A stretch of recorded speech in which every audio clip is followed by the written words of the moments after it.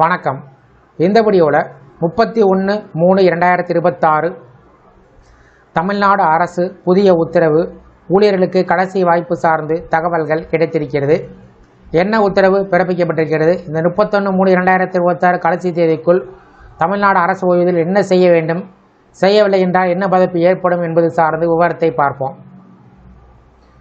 தமிழகத்தில் அரசு ஊழியர்கள் மற்றும் ஆசிரியர்களை சார்ந்த முக்கியமான அறிவிப்பு கருவூலத்துறை வெளியிட்டிருக்கிறது. இந்த அறிவிப்பு அரசு பணியாளர்களுடைய தகவல் மேலாண்மை மேம்படுத்தக்கூடிய நோக்கில் வெளியிடப்பட்டுள்ளது. அதன்படி தமிழ்நாட்டில் பணிபுரியக்கூடிய அனைத்து அரசு ஊழியர்கள் மற்றும் ஆசிரியர்களும் தங்களுடைய சுய விவரங்கள் GBM 2.0 எனப்படும் புதிய தரவுதளத்தில் பதிவேற்றம் செய்ய வேண்டும் என்று அறிவுறுத்தப்பட்டுள்ளது. GBM குளோபல் பர்சனல் மாஸ்டர் 2.0 திட்டம் அரசு பணியாளர்களின் தகவல்களை ஒருங்கிணைக்கவும் ஒவ்வொருவருக்கும் தனித்துவமான அடையாளத்தை உருவாக்கவும் வழங்கப்பட்டுள்ளது. இத்திட்டத்தின் முக்கிய அம்சம், ஒவ்வொரு அரசு ஊழியர் மற்றும் ஆசிரியருக்கும் 11 இலக்கத்தை கொண்ட தனித்துவ அடையாள எண் வழங்கப்படும். இந்த எண் அவர்களின் சேவை விவரங்கள் மற்றும் நிதி பரிவர்த்தனையை ஒருங்கிணைக்க உதவும். இதற்காக IFHRMSல் ஒரு தனிப்பட்ட விவரத்தை சரிபார்ப்பதற்காகவும் திருத்துவதும் கட்டாயமாக்கப்பட்டுள்ளது. குறிப்பாக அரசு ஊழியருடைய பெயர், பிறந்த தேதி, அலைபேசி எண், PF ப்ராவிடன்ட் ஃபண்ட் விவரம் போன்றவை துல்லியமாக இருக்க வேண்டும்.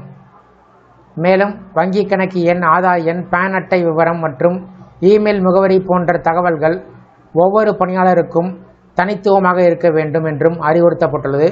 இந்த தகவல்களில் பிழைகள் இருந்தால் அவற்றை உடனடியாக சரி செய்ய வேண்டும். தகவல்கள் அனைத்தும் சரியாக பதிவேற்றம் செய்யப்பட்டால் மட்டுமே அந்த பணியாளருக்கு 11 இலக்கத்தை கொண்ட GBM அடையாள எண் உருவாக்கப்படும்.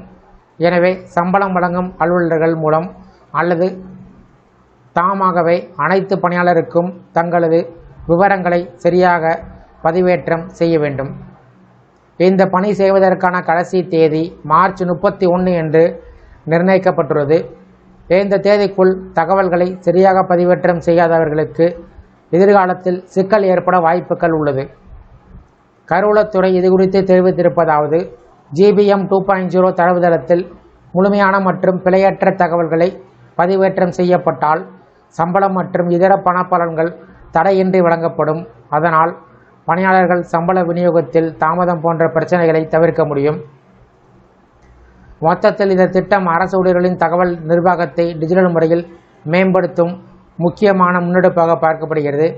எனவே அனைத்து அரசு ஊழியர்களும் மற்றும் ஆசிரியர்களும் இதனை மிகுந்த கவனத்துடன் எடுத்துக்கொண்டு காலக்கெடுவிற்குள் தங்களது விவரத்தை சரியான முறையில் பதிவேற்றம் செய்வது அவசியம். இந்த வீடியோ குறித்த உள்ள கருத்துக்களை கமெண்ட் செக்ஷனில் பதிவிடுங்க. இந்த வீடியோ பிடிச்சிருந்தால் வீடியோக்கு ஒரு லைக் பண்ணுங்கள். இந்த வீடியோவை அனைவருக்கும் ஷேர் பண்ணுங்கள். மற்றும் ஒரு பயனுள்ள வீடியோவில் சந்திப்போம். நன்றி.